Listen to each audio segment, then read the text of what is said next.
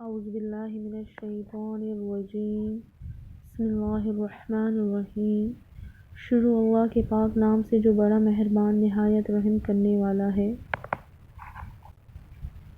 السلام علیکم پیارے بچوں، کیا حال ہے؟ امید ہے کہ آپ سب لوگ اپنے گھروں میں خیر و عافیت سے ہوں گے۔ آج ہم اردو نصاب پڑھنے کا باقاعدہ آغاز کر رہے ہیں۔ سب سے پہلے میں آپ کو بتا دوں کہ ہمارے نصاب میں کون کون سے اسباق شامل ہیں۔ سب سے پہلے ہے غازی علم دین شہید، نمبر 2 پیکر شجاعت، نمبر 3 خیبر پختونخوا، نمبر 4 فطرت کے خلاف بغاوت، نمبر 5 مثبت سوچ۔ اس کے ساتھ ہی ہمارے نصاب میں مختلف نظمیں بھی شامل ہیں، جس میں سب سے پہلے نظم ہم اور پھر نمبر 2 نظم دھنک۔ پیارے بچوں، سب سے پہلے تو میں آپ کو یہ بتا دوں کہ ہم اردو کی یہ کتاب پڑھیں گے۔ اردو کی کتاب 7ویں جماعت کے لیے Khyber Pakhtunkhwa text book board Peshawar.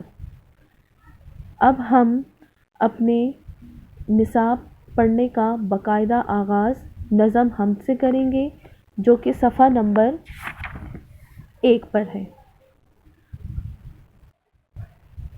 پیارے بچوں، سب سے پہلے تو آپ اپنے پاس ایک رف کاپی رکھ لیں اور ساتھ ہی پینسل بھی، جس پر آپ مشکل الفاظ کے معنی اپنے پاس نوٹ کرتے جائیں گے۔ میری کوشش ہوگی کہ میں آپ کو کم سے کم وقت میں زیادہ سے زیادہ وضاحت دے سکوں اور معلومات بھی دے سکوں۔ سب سے پہلے میں آپ کو یہ بتاؤں گی کہ لفظ ہم کہتے کسے ہیں۔ حمد سے مراد اللہ تعالیٰ کی تعریف بیان کرنا، حمد و ثنا بیان کرنا، بڑائی، بزرگی۔ ہمارے نصاب میں شامل نظم ہم اردو ادب کے نامور شاعر اور ادیب اسماعیل میرٹھی نے تحریر کی ہے۔ یہاں پر آپ کو اسماعیل میرٹھی واضح طور پر نظر آ رہا ہوگا۔ اس سے پہلے کہ ہم نظم ہم کی پڑھائی کریں، میں آپ کو شاعر اسماعیل میرٹھی کے بارے میں کچھ بتانا چاہتی ہوں۔ اسماعیل میرٹھی 12 نومبر 1844 کو میرٹھ میں پیدا ہوئے۔ یہ اردو ادب کے نامور شاعر اور ادیب ہیں۔ آپ بچوں کے نظم گو شاعر ہیں۔ آپ نے بچوں میں جوش اور جذبہ پیدا کرنے کے لیے بہت سی نظمیں لکھی ہیں، اسی لیے آپ کو ادبی خدمات کے صلے میں خان صاحب کا لقب بھی ملا ہے۔ آپ کا مجموعہ کلام کلیات اسماعیل کے نام سے مشہور ہے۔ ہمارے نصاب میں بھی شامل نظم ہم اسماعیل میرٹھی نے تحریر کی ہے۔ اب ہم نظم ہم کی پڑھائی کریں گے۔ پیارے بچوں، یہاں پر آپ کو نئے الفاظ کی ہیڈنگ نظر آ رہی ہوگی۔ یہاں پر میں آپ کو ان الفاظ کا تلفظ بھی بتاؤں گی اور ساتھ ہی مشکل الفاظ کے معنی بھی۔ سب سے پہلا لفظ ہے لاجوردی، مطلب نیلا، خلت، وہ پوشاک جو بادشاہ یا امراء کی طرف سے بطور عزت افزائی ملے، یعنی لباس۔ صاحباں، مکان، چھت، شیریں دہاں، میٹھی بات کرنے والا، رائے گاں، بیکار، فضول، تسبیح خواں، ذاکر یعنی ذکر کرنے والا۔ بچے، یہاں پر آپ کو مختلف اشعار نظر آ رہے ہوں گے، لیکن ہم ان کو بند کی فارم میں پڑھیں گے۔ یہاں پر میں نے پہلا بند، دوسرا بند، تیسرا بند، چوتھا بند اور آخر میں ہمارے پاس ہے شعر۔ تو سب سے پہلے میں پہلے بند کی پڑھائی کرتی ہوں، آپ کو پڑھ کے بتاتی ہوں، ساتھ ہی وضاحت بھی دوں گی۔ تعریف اس خدا کی جس نے جہاں بنایا، کیسی زمیں بنائی، کیا آسماں بنایا، پیروں تلے بچھایا، کیا خوب فرش خاکی، اور سر پہ لاجوردی ایک صاحبہ بنایا۔ اس نظم حمد میں شاعر اسماعیل میرٹھی اللہ تعالیٰ کی تعریف بیان کرتے ہوئے کہتے ہیں کہ اللہ تعالیٰ ہی تعریف کے قابل ہے، اور اس کی تعریف کیوں نہ کی جائے، کیونکہ وہی ہمارا خالق و مالک ہے۔ اس نے ہمارے لیے حسین کائنات بنائی، اسی نے زمین و آسمان بنائے اور ہمارے لیے بہت سی نعمتیں اس کائنات میں پیدا کی ہیں۔ زمین کو رنگا رنگ نعمتوں سے مزین کیا ہے اور اس کے اوپر آسمان پھیلا دیا۔ پیروں تلے بچھایا کیا خوب فرش خاکی، پیروں تلے یعنی پیروں کے نیچے، کیا خوب فرش خاکی، فرش خاکی، خاکی مٹی مطلب زمین، ہمیں زمین عطا کی، زمین کو رنگا رنگ نعمتوں سے مزین کیا اور سر پہ لاجوردی ایک صائبہ بنایا اور اس کے اوپر آسمان پھیلا دیا۔ اس کو دیکھ کر ایسا محسوس ہوتا ہے جیسے کائنات کو چھت سے ڈھانپ دیا گیا ہو۔ اللہ تعالیٰ نے اس دنیا میں، اس کائنات میں، اس جہاں میں ہر نعمت کو بہت خوبصورتی عطا کی ہے اور کائنات میں رنگ بھر دیے۔ مٹی سے بیل بوٹے کیا خوش نما اگائے، پہنا کے سبز خلت ان کو جواں بنایا۔ خوش رنگ اور خوشبو گل پھول ہیں اگائے، اس خاک کے کھنڈر کو کیا گلستاں بنایا۔ مٹی سے بیل بوٹے پودے کیا خوشنما اگائے، کیا خوبصورت اگائے۔ اس بند میں شاعر اللہ تعالیٰ کی قدرت، تعریف، عظمت اور بڑائی بیان کرتے ہوئے کہتے ہیں کہ اللہ نے یہ دنیا بہت خوبصورت بنائی، اس کی مٹی سے رنگ برنگ بیل بوٹے پیدا کیے، اسی نے کائنات کی ہر چیز میں رنگ بھر دیے، خوشنما پودوں کو رنگ دے کر اور بھی حسین بنا دیا، ایسا لگ رہا ہو جیسے سبز لباس پہنا کر ان کو حسین کر دیا اور کائنات کی خوبصورتی میں اضافہ کر دیا۔ خوش رنگ اور خوشبو پھول ہیں اگائے، یہ پھول جب اگتے ہیں تو ایسا لگتا ہے کہ ان کی خوشبو ہر طرف پھیل جاتی ہے، ہر طرف سبزہ ہی سبزہ نظر آنے لگتا ہے۔ اس خاک کے کھنڈر کو کیا گلستاں بنایا۔ اللہ تعالیٰ نے خاک، مٹی، کھنڈر کہتے ہیں ویران جگہ، عمارت، ویران جگہ، گلستان، چمن، اور اللہ تعالیٰ نے اس ویران جگہ کو رنگ برنگ پھول عطا کر کے اللہ نے اس کھنڈر جیسی زمین کو رونق بخش دی اور ہمارے لیے چمن بنا دیا۔ پیارے بچوں، امید ہے یہاں تک آپ کو سمجھ آئی ہوگی۔ میں آپ کو یہ اگلے بند کی وضاحت نیکسٹ ویڈیو میں بتاتی ہوں۔ بند نمبر 3، میوے لگائے کیا کیا خوش ذائقہ رسیلے، میوے لگائے کیا کیا خوش ذائقہ رسیلے، چکھنے سے جن کے ہم کو شیریں دہاں بنایا۔ میوے لگائے مطلب پھل لگائے، پھل اگائے، خوش ذائقہ رسیلے، خوش ذائقہ اچھا ذائقہ، رسیلے میٹھے، چکھنے سے جن کے ہم کو، چکھنے سے جن کے ہم کو، چکھنا ہمیں اللہ تعالیٰ نے مختلف حصے عطا کی ہوئی ہیں، جیسے سننے کی حس، دیکھنے کی حس، چکھنے کی حس، ہم کو شیریں دہاں بنایا۔ شیریں دہاں کا بچے لفظی معنی ہے میٹھی بات کرنے والا۔ بند کے اس شعر میں شاعر اسماعیل میرٹھی اللہ تعالیٰ کی نعمتوں کا ذکر کرتے ہوئے شکر ادا کرتے ہیں کہ اللہ تعالیٰ نے ہم انسانوں کو اس دنیا میں کئی قسم کے پھل اور میوے عطا کیے ہیں۔ پھل اب ہمارے پاس کون کون سے ہیں، جیسے تربوز ہے وہ کتنا میٹھا ہے، آم ہے کتنا میٹھا ہوتا ہے، خربوزہ ہے وہ کتنا میٹھا ہوتا ہے۔ تو یہ تمام جو میٹھے پھل اللہ تعالیٰ نے ہم انسانوں کے لیے پیدا کیے ہیں، یہ بھی اللہ تعالیٰ کی بہت بڑی نعمت ہے اور ان کو بہترین ذائقہ عطا کیا ہے۔